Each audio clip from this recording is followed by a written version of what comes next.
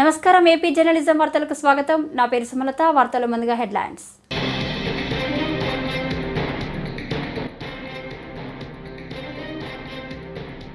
తక్కువ ఖర్చుతో భారత్ అంతరిక్ష పరిశోధనలు చేస్తుందని డిప్యూటీ సీఎం పవన్ కళ్యాణ్ ఇస్రో సేవలను కొనియాడారు.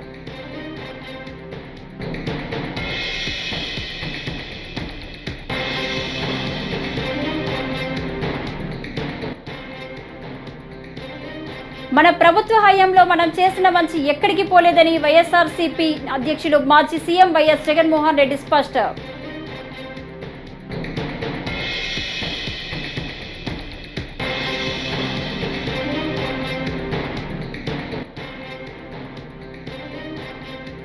సెబీ ఆదా అనే అంశంపై దేశవ్యాప్తంగా ఆందోళన చేయాలని సిపిఐ జాతీయ కార్యదర్శి కె నారాయణ.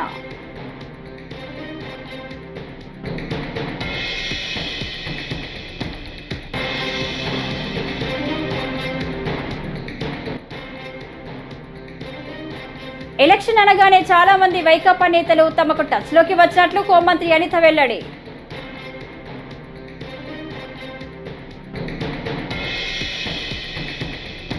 ఇక డీటెయిల్స్ చూస్తే, హాలీవుడ్ సినిమాలకు అయ్యే వ్యయం కంటే తక్కువ ఖర్చుతో భారత్ అంతరిక్ష పరిశోధనలు చేస్తుందని డిప్యూటీ సీఎం పవన్ కళ్యాణ్ ఇస్రో సేవలను కొనియాడారు. శ్రీహరికోటలోని షార్లో నిర్వహించిన జాతీయ అంతరిక్ష దినోత్సవ వేడుకల్లో ఆయన ముఖ్య అతిథిగా పాల్గొన్నారు. కార్యక్రమంలో పవన్ మాట్లాడుతూ, శాస్త్రవేత్తలు ప్రయోగాల కోసం జీవితాలను దారపోస్తున్నారని, విదేశాలకు వెళ్లి ధనం హోదా సంపాదించే అవకాశం ఉన్నా వాళ్ళంతా దేశానికి కట్టుబడి చేసిన సేవలు మరవలేమని, నేను సామాన్యుడిని, ఏదో సినిమా హీరోనయ్యా, ఇక్కడ నాకు కొట్టే చప్పట్లు ఈలలు శాస్త్రవేత్తలకే దక్కాలి అని పవన్ కళ్యాణ్ పేర్కొన్నారు.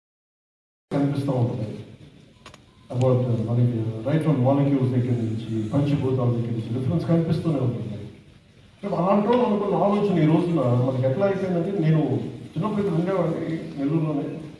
ఎప్పుడు నేను వినేవాడిని, నాకు ఎప్పుడు వచ్చే అవకాశం లేదు. ఒక 40,000 ఎకరాల నేల స్నాయిల్. నేను రాగానే అనిపించింది, నాకు ఏ విజువల్ అయితే ఉండిపోయిందో నాకు అదే విజువల్ చూస్తున్నాను ఈ రోజున. హెలికాప్టర్ దిగుతూ ఉంటుంది, ఎంత అందంగా అనిపించిందంటే చిన్నప్పుడు ఊహించుకుని ఇలా ఉండడం చూస్తూ ఉంటే, ఈ ఐలాండ్లో దిగి నాకున్న ఒకటే ఏమనిపించిందంటే, ఇంత చక్కటి అడుగు ఉంది ఏంటి అనిపించింది. అసలు ఇక్కడ ఎక్కడ రాకెట్లు ప్రయోగిస్తారు. మనకి 40,000 ఎకరాలు ఉన్న ఈ ఐలాండ్లో దాదాపు 3 అంటే ఒక 300% అటవీ శాతాన్ని పెంచాలి. నాకు నిజంగా ఆనందం కలిగింది. లోపలికి ఎంటర్ అవుతుంటే కూడా నాకు అనిపించింది, ఇంత చిక్కగా ఉన్నాయి చెట్లు, ఇన్ని రకాల చెట్లు. The biodiversity, we have to take a lot of lessons from షార్. చాలా మంది sir, I don't know whether how far you know that lot of people take inspiration from ISRO about your achievements, about your tenacity, about your resilience. Amidst many failures, you always came back. You emerged out. తెలివితేటలు ఉండేవి, పిచ్చి కోరికే ఉంది సాధించాలి. ఎలా సాధిస్తావో జ్ఞానం లేదు. నాకేంటి చాలా ఎక్కువ సాధించాలి, దేశానికి ఉపయోగపడాలనుకున్నాను. నాకు నేను ఎక్కువ ఉపయోగపడాలి.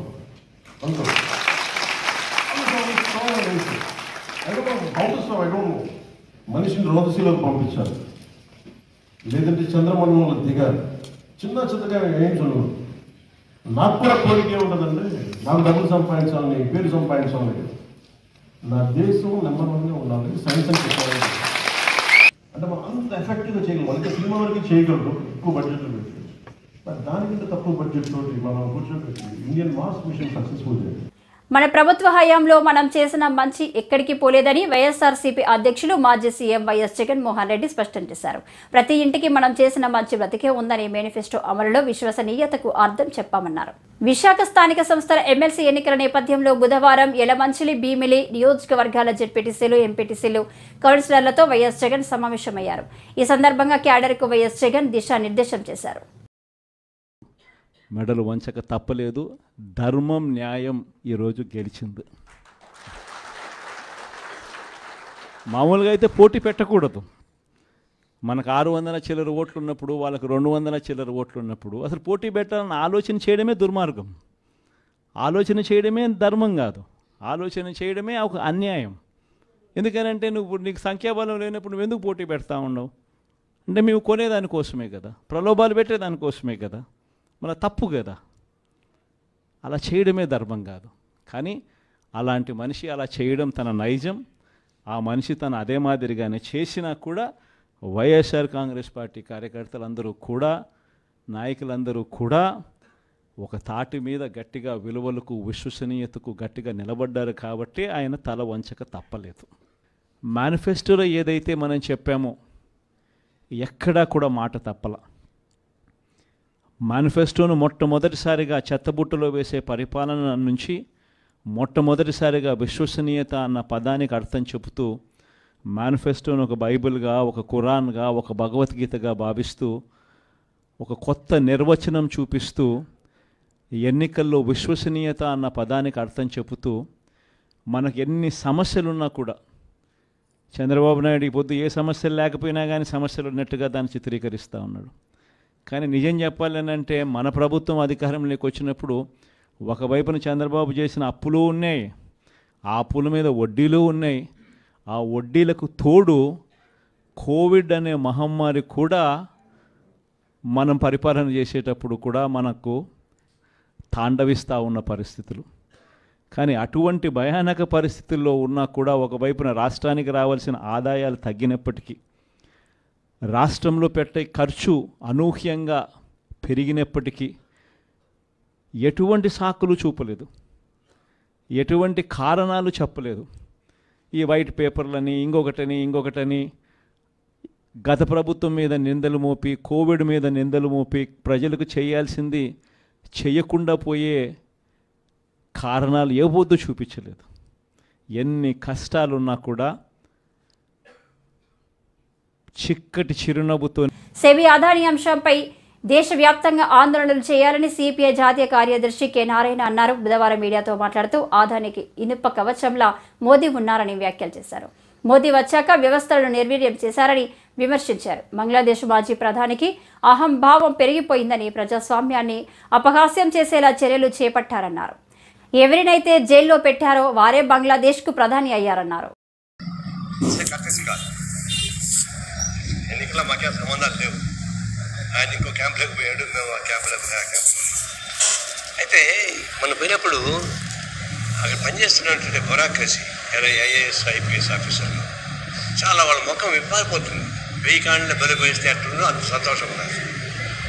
అందులో ఒకరిద్దరు కట్టసి కాదు, ఎన్నికల మాకే సంబంధాలు లేవు. ఆయన ఇంకో క్యాంప్లోకి పోయాడు, మేము ఆ క్యాంప్లోకి పోయాక అయితే మనం పోయినప్పుడు అక్కడ పనిచేస్తున్నటువంటి బ్యూరోక్రసీ, ఐఏఎస్ ఐపీఎస్ ఆఫీసర్లు చాలా వాళ్ళ ముఖం విప్పారిపోతుంది. 1000 కాండ్ల బలి పోయిస్తే అట్లుందో అంత సంతోషం ఉన్నారు.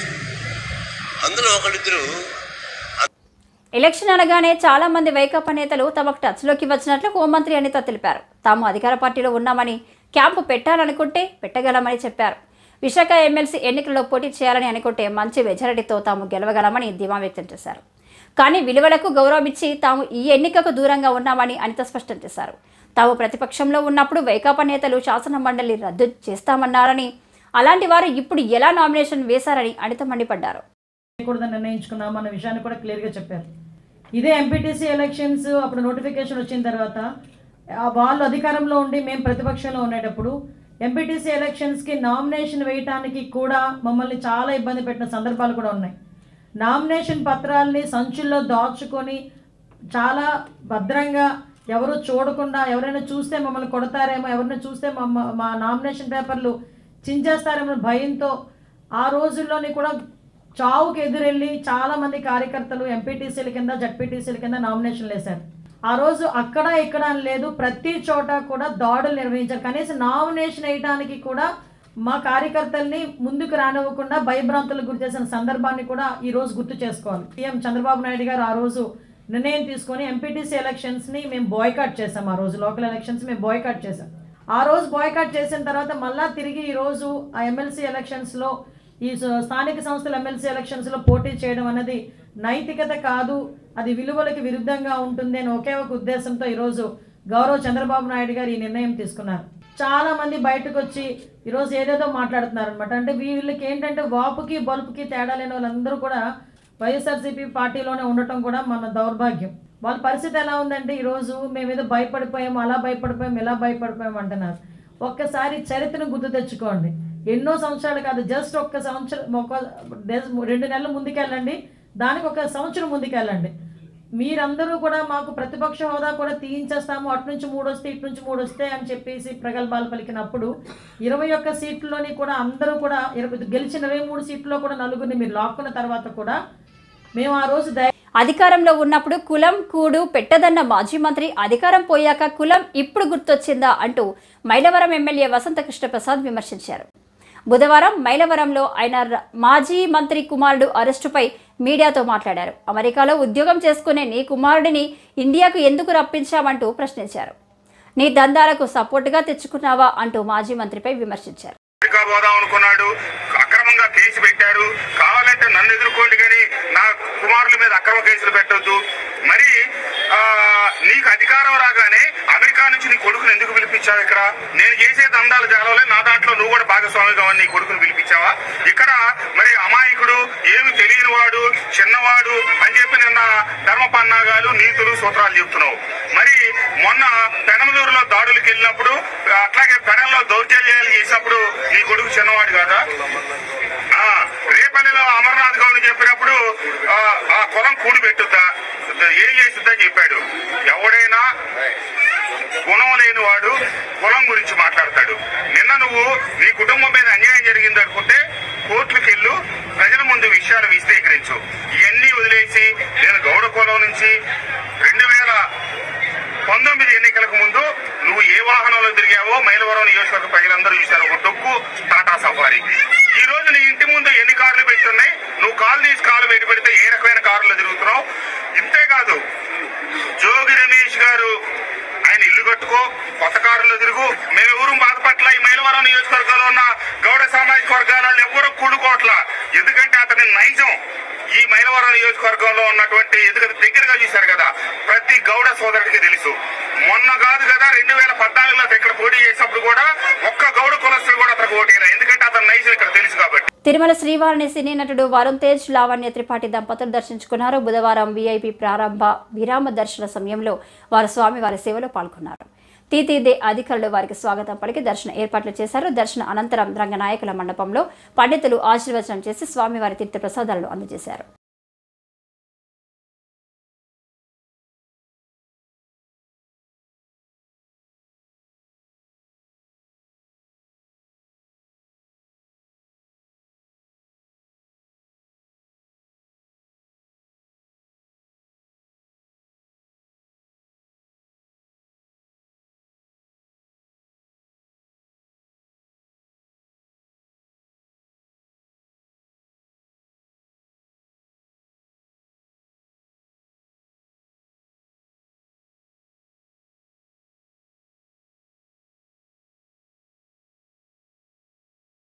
ప్రజా ఆరోగ్యాన్ని కాపాడాలని డిమాండ్ చేస్తూ సిపిఐ ఆధ్వర్యంలో ఈ నెల 27, 28, 29 తేదీలలో ప్రజారోగ్య పరిరక్షణ పాదయాత్ర కార్యక్రమాన్ని చేపడుతున్నట్లు సిపిఐ ఎన్టీఆర్ జిల్లా కార్యదర్శి ధూనెపూడి శంకర్ పేర్కొన్నారు. విజయవాడ దాసరి భవన్లో బుధవారం మీడియాతో మాట్లాడుతూ రాజకీయాలకు అతీతంగా అన్నకి రాజకీయ పార్టీలు ఈ కార్యక్రమానికి సంఘీభావం తెలపాలని పిలుపునిచ్చారు. 9వ తేదీ విజయవాడ కలెక్టర్ కార్యాలయం వద్ద ముగింపు సభ ఉంటుందని వెల్లడించారు. ముఖ్యుడు మంచినీళ్ళ కోసం కృష్ణా జలాలు సరఫరా చేయాలని చెప్పి ముఖ్యంగా ఎన్టీఆర్ జిల్లా తిరువూరు నియోజకవర్గ ప్రజలకు ఆనాటి ప్రభుత్వం నియోజకవర్గం మొత్తానికి కూడా మంచినీళ్ళు సరఫరా చేస్తామని చెప్పారు. కానీ ఆచరణలో నీటి మూటలు అయిపోయినటువంటి పరిస్థితి తెలిసింది. నీటి కాలుష్యం వలన, సిలికాన్ ఫ్లోరైడ్ వాటర్ వల్ల నియోజకవర్గంలో ఉన్నటువంటి అత్యధిక గ్రామాలు 100 గ్రామాలు సైతం ఇవాళ సిలికాన్ ఫ్లోరైడ్ బారిన పడి కిడ్నీ వ్యాధిగ్రస్తులై వందలాది మంది చనిపోతుంటే పాలక వర్గాలకి చెమకుట్టినట్లయినా లేదు. కృష్ణా జలాలు సరఫరా చేస్తామని చెప్తున్నారు. పక్కనే కృష్ణానది పెట్టుకొని ఎన్టీఆర్ జిల్లాలో కృష్ణానది నీరు సరఫరా కావటం లేదంటే చాలా ఆశ్చర్యకరం, బాధాకరమైనటువంటి విషయం. వందలాది మంది చనిపోతున్నా, కార్పొరేట్ ఆసుపత్రులు దోచుకు తింటున్నారు. డయాలసిస్ సెంటర్లో అధునాతమైనటువంటి క్వాలిఫైడ్ పర్సన్స్ లేనటువంటి పరిస్థితి. అంబులెన్సులు దసరా నాటికి కానూరు సిద్ధార్థ ఇంజనీరింగ్ ఓవర్ను ప్రజలకు అందుబాటులోకి తీసుకువస్తామని ఎమ్మెల్యే బోడె ప్రసాద్ స్పష్టం చేశారు. మంగళవారం డైన్ నిర్మాణానికి ఎమ్మెల్యే శంకుస్థాపన చేశారు. 2014-2019 టీడీపీ హయాంలో పంట కాలువ రోడ్డు పూర్తి చేయడం జరిగిందని, వైసీపీ అధికారంలోకి వచ్చాక కనీసం డ్రైనేజ్ నిర్మాణం కూడా చేయలేకపోయిందని విమర్శించారు. ఏదైతే పంట కాలువ రోడ్లో సిద్ధార్థ ఇంజనీరింగ్ కాలేజీలో ఉన్న ఫ్లైఓవర్ సుమారుగా 5 సంవత్సరాల నుంచి ప్రారంభోత్సవం చేయకుండా, పనులు చేయకుండా గత ప్రభుత్వంలో నిర్లక్ష్యానికి గురవటం. ఈ రోడ్డుకి ఒక ప్రాముఖ్యత ఉంది. పటమట ఎన్టీఆర్ సర్కిల్ దగ్గర నుంచి కానూరు సనత్ నగర్ వరకు కూడా తెలుగుదేశం ప్రభుత్వంలో 2019-2024 మధ్యలో ఎన్టీఆర్ స్టాచ్యూ నుంచి కానూరు పరిధి వరకు నిర్మాణం పూర్తి చేసింది తెలుగుదేశం పార్టీ ప్రభుత్వంలో. 2014-19లో సనత్ నగర్ నుంచి కానూరు వరకు, పోరంకి వరకు రోడ్డు నిర్మాణం చేసి ఇంజనీరింగ్ కాలేజీలో లక్షల మంది పిల్లలు ఇక్కడ చదువుకుంటా ఉన్నారు. ఈ కాలేజీ 2 వైపులా ఈ రోడ్డుకు ఉండటం ప్రభుత్వం అంగీకరించి వారి ఖర్చుతో ఈ నిర్మాణాన్ని చేయటం జరిగింది. అయితే డ్రైనేజీ కానీ సౌండ్ బారియర్స్ కానీ ప్రభుత్వం చేయాల్సి ఉంది. 5 సంవత్సరాల్లో అది పూర్తి చేయకపోవటం వలన యాజమాన్యం దీన్ని పూర్తి చేయాల. మళ్ళీ 2024లో తెలుగుదేశం పార్టీ అధికారంలోకి రాగానే రాజకీయ కక్షలతోనే తన కుమారుడు రాజీవ్ను అరెస్టు చేశారంటూ మాజీ మంత్రి జోగి రమేష్ మాట్లాడడం అవివేకానికి నిదర్శనమని గృహ నిర్మాణ సమాచార శాఖ మంత్రి కొలుసు పార్థసారథి అన్నారు. అగ్రిగోల్డ్ భూముల వ్యవహారంలోనే అతన్ని అరెస్ట్ చేసినట్లు మంత్రి స్పష్టం చేశారు. కక్ష సాధింపు చర్యలు అనేవి ఎన్డీఏ ప్రభుత్వంలో ఉండవని ఆయన తేల్చి చెప్పారు. అధికారం చేపట్టిన తొలి నాళ్లలోనే ఈ విషయాన్ని ముఖ్యమంత్రి చంద్రబాబు, ఉప ముఖ్యమంత్రి పవన్ కళ్యాణ్ చెప్పారని గుర్తు చేశారు. పవన్ కళ్యాణ్ గారు చెప్పేది ఒకటే విషయం, మనకి ప్రజలు చరిత్రలో ఎన్నడూ లేని విధంగా విజయాన్ని అందించారు. దీన్ని ఒక బాధ్యతగా తీసుకుని ఈ రాష్ట్ర అభివృద్ధి కోసం, రాష్ట్ర ప్రజల భవిష్యత్తు కోసం అందరం కష్టపడదాం. అంతేగాని రాజకీయ కక్షలకు కానీ, పొలిటికల్ విక్టిమైజేషన్ కానీ చేసే ఆలోచనతో పని చేయవద్దు. అందరం అనేక సందర్భాల్లో గత ప్రభుత్వం ద్వారా ఇబ్బంది పడ్డ వాళ్ళమే చట్ట వ్యతిరేకంగా. అయినా కూడా దాన్ని దృష్టిలో పెట్టుకోకుండా మన లక్ష్యం ఈ రాష్ట్రం అభివృద్ధి, ప్రజల భవిష్యత్తు, ప్రజల సంక్షేమం అని పదే పదే చెప్తూ వస్తూ ఉన్నారు. కానీ ప్రతిపక్షం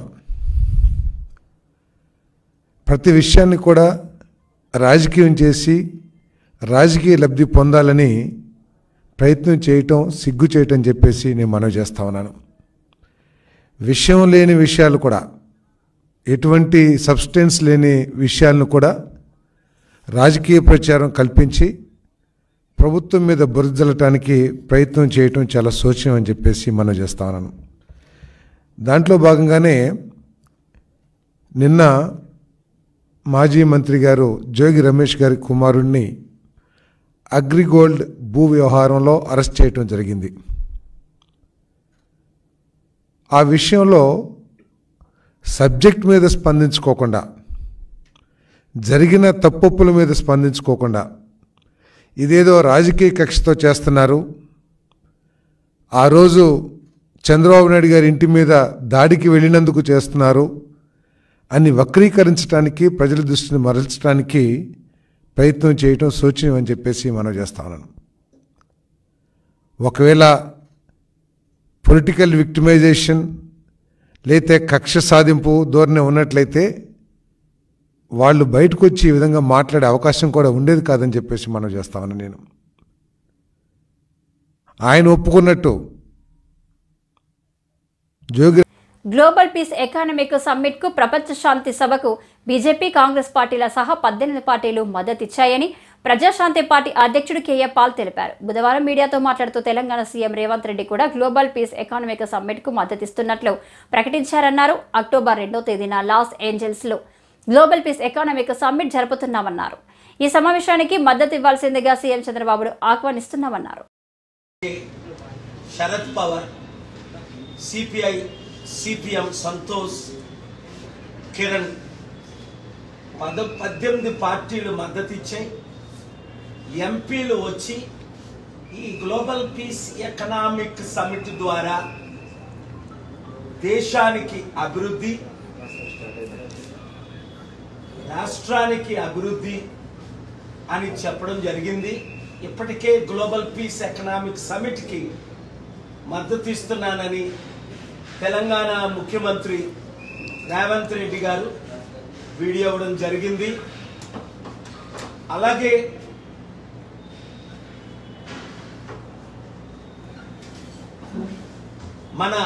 నా మిత్రులు ఆంధ్రప్రదేశ్ ముఖ్యమంత్రులు చంద్రబాబు నాయుడు గారిని కూడా ఇన్వైట్ చేయడం జరిగింది.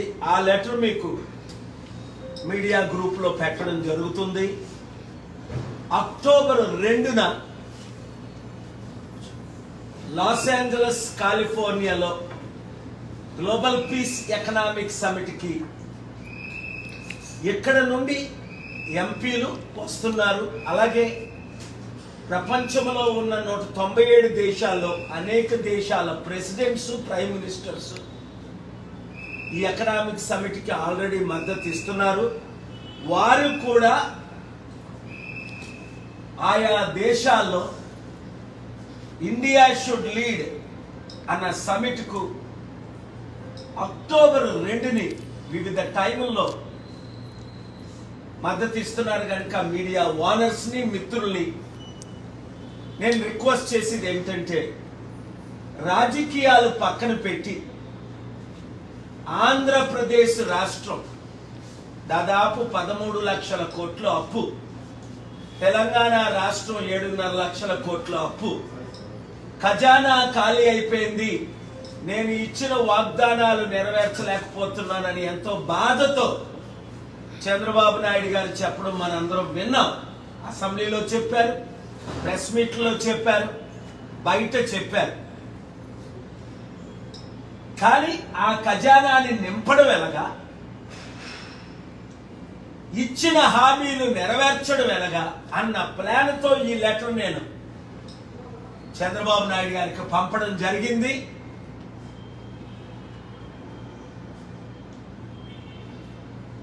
సుప్రీంకోర్టు ఆఫ్ ఇండియా చంద్రచూడ్ గారు ఇచ్చిన నోటేషన్ మనం చూసాం. ఇంతమంది రాజకీయ నాయకులు ఇన్ని కేసుల్లో ఉండి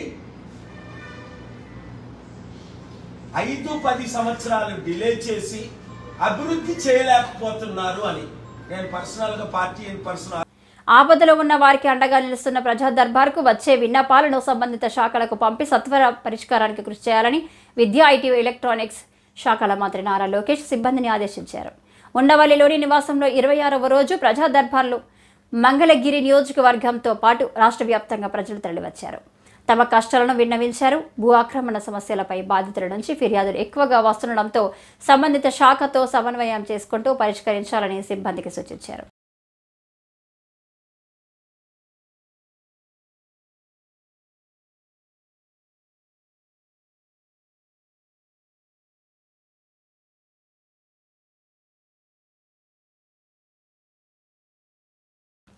ఈ వార్తలు ఇంతటితో సమాప్తం. నమస్కారం.